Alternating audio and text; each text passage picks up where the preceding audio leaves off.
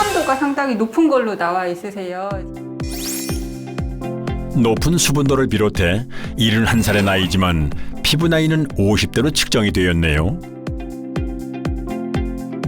그녀가 건강한 피부를 유지할 수 있는 이유는 바로 피부 안에 있습니다. 우리 몸에서 가장 큰 기관인 피부는 단순히 신체를 감싸고 있는 것이 아니라 거대한 천연 방어막인데요. 피부의 최외곽에 존재하는 바로 이 피부 장벽이 우리의 피부 수명을 좌우한답니다. 피부를 보호해주는 1차 방어막으로서 미세먼지나 바이러스, 세균 등 외부로부터 유해물질이 침투하는 것을 막아주는 역할을 합니다. 뿐만 아니라 피부 내 수분이나 영양 성분이 빠져나가지 못하도록 하는 역할도 하는데요. 따라서 피부 장벽이 무너지면 피부는 건조해지고 유수분 밸런스가 망가지게 됩니다. 피부 장벽이 무너지면 자칫 온몸에 염증이 번질 수도 있는데요.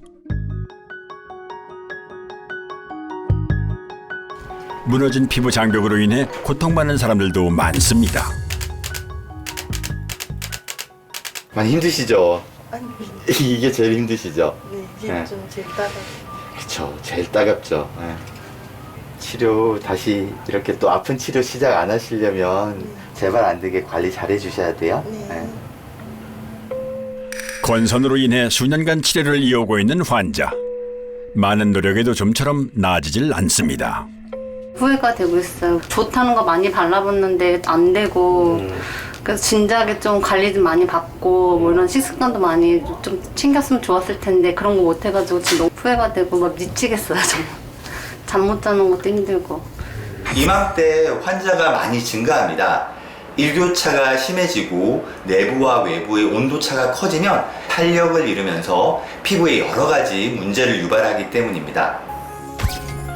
여름에 비해 9월과 10월엔 평균 수분 함량이 60% 이하로 감소하면서 피부 수분이 부족해지며 피부 장벽도 쉽게 무너지는데요. 피부 세포의 균열로 각질이 일어나고 가려움과 발진 같은 염증 반응도 심해집니다. 실제로 9, 10월에 피부질환 환자 수가 꾸준히 증가한 것으로 나타났습니다. 미세먼지 역시 피부 장벽을 무너뜨리는 주범입니다. 계절에 상관없이 미세먼지가 더욱 극심해지고 있는 한국은 OECD 국가 중 미세먼지 농도가 가장 높은 국가 1위라는 불명예를 얻었죠.